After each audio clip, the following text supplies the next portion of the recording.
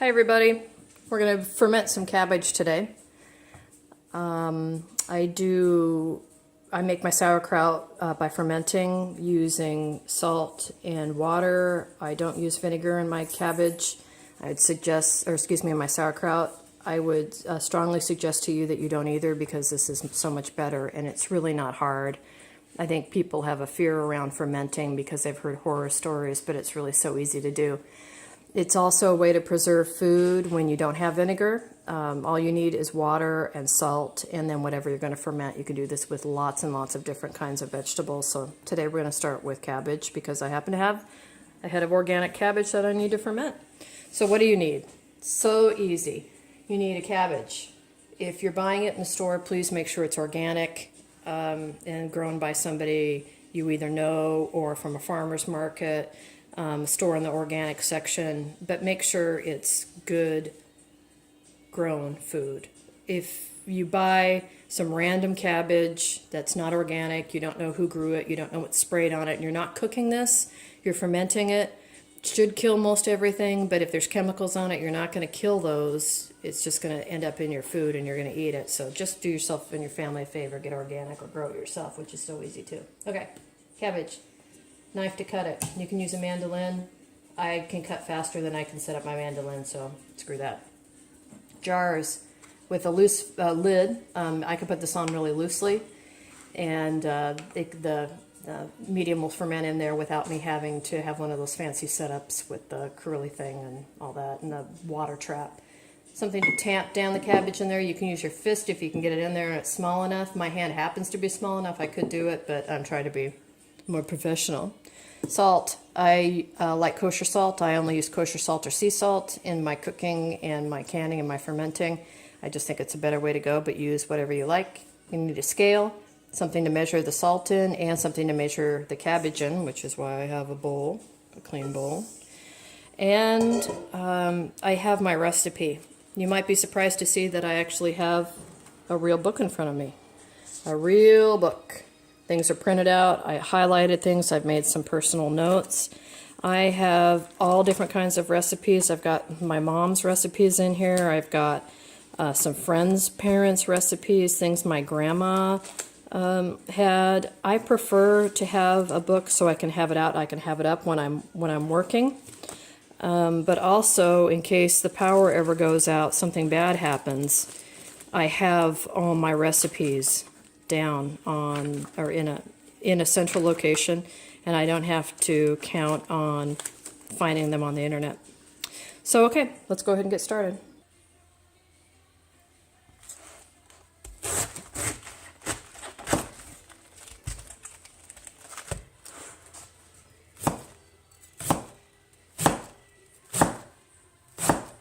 You can see I'm just taking small little slices off this cabbage. It'll look like this. Pretty easy to do. I can do a whole head in much less time. Then I can bring out my mandolin, set it up, and then clean it afterwards. Forget about it.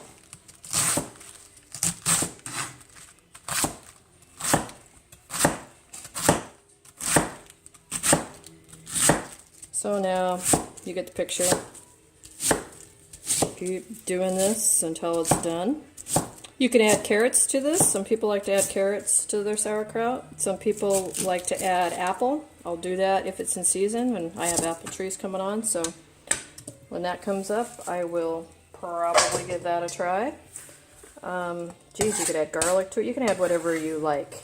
Just think about it. If you like it pickled, or it sounds interesting if it might be pickled, like maybe some garlic, some onion, throw it in there. See if you like it. That brings up another question that I get asked a lot, and that caused my first sauerkraut failures when I made sauerkraut the first time, is do I need to sterilize everything? When you're canning, everything needs to be sterilized, super clean, put it through your dishwasher, 190 degrees or 212 or however high you need to have it. In fermenting, you want things to be clean, not sterile. If everything you do is sterile, then the fermentation process won't occur, because when you ferment, you're adding bacteria to the food. Bacteria can't thrive in a sterile environment. So super clean, everything clean, soap and water, but don't be bleaching your jars or putting them through high temperature washes and bringing them out super clean. Super sterile, just bring them out clean. So I weighed my sauerkraut, and I weighed in grams because that's what my recipe calls for. My recipe is 100 grams of vegetables equals 2 grams of salt. We are doing a 2% mixture. My weight was 869 grams of sauerkraut, or cabbage because it would become sauerkraut. I multiply that by 0.02 to get the 2%, and I come up with 17.38 grams of salt to add to my cabbage. So that's a base recipe. You can change the amount of salt a little bit, but really for a 2% brine, this is what you need to stick to. So I've weighed this out several times now. For some reason, my scale doesn't want to get beyond just the grams without any point grams behind it. So what I'm going to do, trying to hit for 17.38, it's gone up to 19. Just going to take some out. Some out. Come on, dude.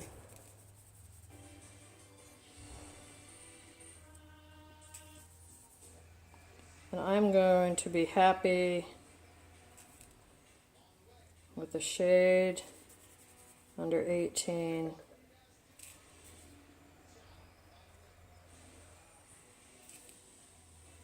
I think I need new batteries, folks. Alright, so we just are a shade under 18. I'm going to guess it's about 17 3/4. So 17.75. I needed 17.38, but that's going to be good enough for me. And for you, right now, today. Okay, so now what? Now the fun begins. In a large bowl that will comfortably fit in your lap, because this is going to take a while, folks. That's kind of a big piece. You're going to sprinkle the salt over the top of your veggie. And this is what I find makes best results. If you know a different way, hey, leave the information in the comments and I would be happy to try a different way because this takes a little bit of time. I take this down and I sit it in my lap, usually in the comfort of my fabulous sofa, and I start to do this. You are just going to mix this and squash it down. You're going to be breaking up the vegetable because you want this to release what water is in there, and start the process of breaking down your veg. Make sure your hands are clean with soap and water, very clean, and sit down and wow, that's a huge piece. Do this for at least 10 minutes, if not longer, until you feel like it's the right consistency. To begin with, you're not going to know because you've never done it before, but after about 10 minutes, or when I feel like this is a good consistency, I will bring you back and I'll show you what I've got.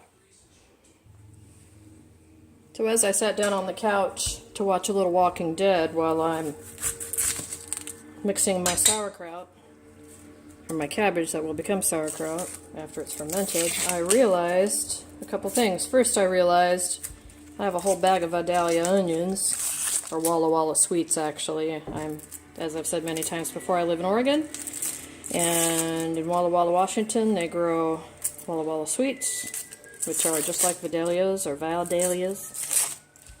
So I'm going to add a bunch of this to my, well, not a bunch, maybe half this onion to the sauerkraut, and that means I'm going to need to adjust my salt. So remember that if you add anything, better to measure it all together, but I'll probably just measure it out and then I'll add it to my salt to the cabbage mix. The other thing I realized is that you need to have a partner when you're doing your sauerkraut or whatever job you have. Sarah is my partner. She's my partner in crime. She's 17 weeks old this week. She's a Borador. She's a Border Collie Lab mix. I know she looks really labby, but you can see her chest down there. Oop, she didn't like the camera. She's got a white blaze on her chest, and on her back feet she's got white. So she's mostly lab looking, but she's half lab, half Border Collie. Sit down, Sarah. Sit. Sit. Oh, what a good girl.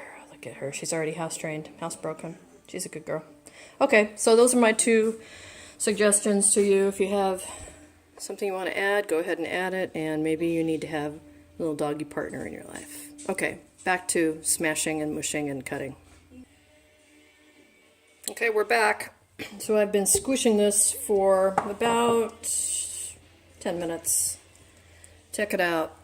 You can see how much fluid there is in the base here.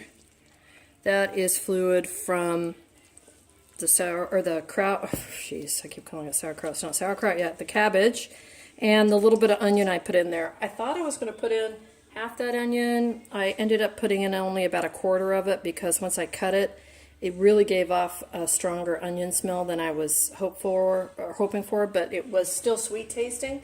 So I just improvised and put in a quarter.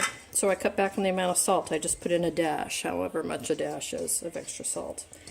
And as I was crunching away, I did pick through, and any time I saw a big bit, I would just break it down a little bit and kept going. So that's how you get the product to put into the jar. Now what? Something I should have said at the beginning was to keep a couple leaves or parts of leaves from your head of cabbage, so at the end, when you're all done putting it in the jar, you can put it on the top inside, and then hopefully the brine will cover over the top of that. You can put a weight on it, and it'll keep all the cabbage submerged. If you don't have extra leaves, or you want a particularly crispy sauerkraut, you can use oak leaves. This is an old tradition. People use oak. Sometimes they use bay or what we call here in Oregon laurel to give it a real crispness. These leaves have a lot of tannin in them, and they'll crisp things up. So you can do that. I don't put these on top, but I do put them in the sides of the jar when I pack them because I think it's gorgeous, especially if I'm going to give it away as a gift. But today we're going to stay traditional. I may or may not add those. We'll see how much extra room I have. But so here's how you go. Again, with clean hands, make sure that they're really clean. You're just going to start adding the cabbage onion mixture or just traditional cabbage to the jar, and then we're going to tamp it down. So while we do this, let's talk a little bit about spices. People like to put spices in their sauerkraut, celery seed, pepper, whatever. I don't know how I feel about that. I mean, I like spices. I think they're wonderful. But air is the enemy of fermentation. And when you get spices, you get little floaty things on the top. So the spices float, and they can trap air in between. Well, they can trap air between themselves, actually. So when you're having spices float on the top, there's a greater chance of things molding there. You get yeast from the air for fermentation. That's the bacteria that you want. But if it gets mixed up with some bad bacteria, you can mold. And we don't want mold in our sauerkraut. So this is what I do. I pack it traditionally. If I really feel a strong urge, I would add spices to it, but frankly I'd add them when I'm done. I don't know if it imparts that much flavor, and this is a much better product anyway, so I don't see the need for it. But it's your sauerkraut, your cabbage, your vegetable, your pickle, your whatever you want, so you can do it any way you damn well please. Let me know the results. If you have a trick, I'd like to know them too.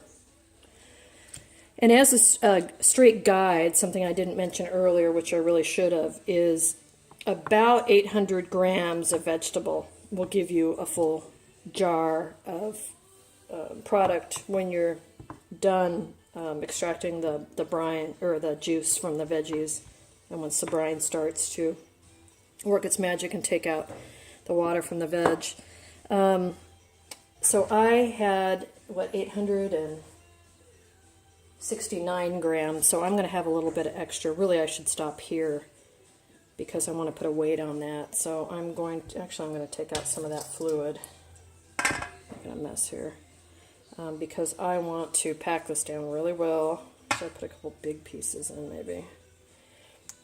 And I'm going to put a weight in this. This is my secret weapon, the secret weight. Everybody has a weight. Some people put water in a plastic bag, like a plastic Ziploc bag, and they'll add it in over the top of, well, at the top, after they put their cabbage or oak leaf or whatever on here. I just use another jar.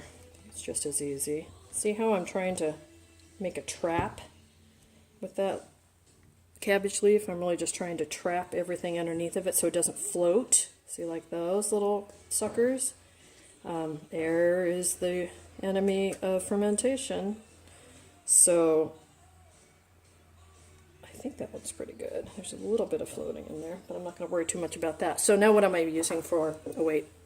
I used to use this container that you can mix salad dressing in, and I use it for a small mouth jar. I've got a large mouth jar here, so I'm going to use this tiny little jelly jar, and I'm going to put water in it. You know what? Forget that. I'm not going to put water in it. I'm going to put brine in it. The reason I'm going to put brine in it is in case everything spills over, I'm not going to have unbrined water or unsalted water mixing with my fermentation project. This is a clean jar, again, soap and water. Oh, and what I should have also done, reminded everybody about, is that this stuff can spill over. So you probably need to put it in a bowl. Use one of my fancy Fiestaware bowls. And this, we don't care if this inside here gets moldy, but this we don't want to mold. I could put the lid on it loosely. I like this process just a little bit better. So I'm going to keep this like this until these start to bubble. And I'm going to leave it out. I'm going to leave it at room temperature in an area that does not get direct sun.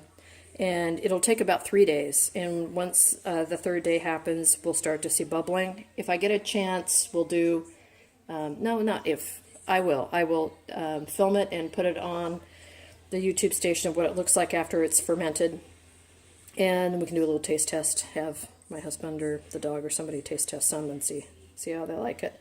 So this is basically it. It's pretty easy, pretty straightforward. Let me know if you have any questions. As you guys know, I don't do any editing on my videos. It's all from the hip. I don't write any of the stuff out, so I'm just kind of remembering as I go along. Leave any comments and questions and suggestions. Next time, I think, after we do what this is look like when it's fermented, we'll do some kosher dill pickles. Kosher dill is not made with vinegar. Kosher dills are actually fermented pickles. If you go to any of the best delicatessens, especially the Jewish delicatessens, all their kosher dills, and kosher is the key word, their kosher dill pickles are fermented. None of them have vinegar in them. So we'll do that. Another way to preserve food when you're in a situation where you don't have vinegar, you need to keep food for a long time with basically what you have on hand, and hopefully you will always have salt on hand. And then whatever vegetable you have, you can do this with carrots, onions, garlic, anything you can grow, you can ferment, especially if you think it sounds interesting as a pickle. I'd like to see what that would taste like as a pickle. Zucchini, squash, watermelon rind, apples. Apple would be really good in here. Anyway, you get the picture. So leave any questions, comments. Let me know what else you'd like to see too. Thanks, you guys, and peace and love, everybody. Bye.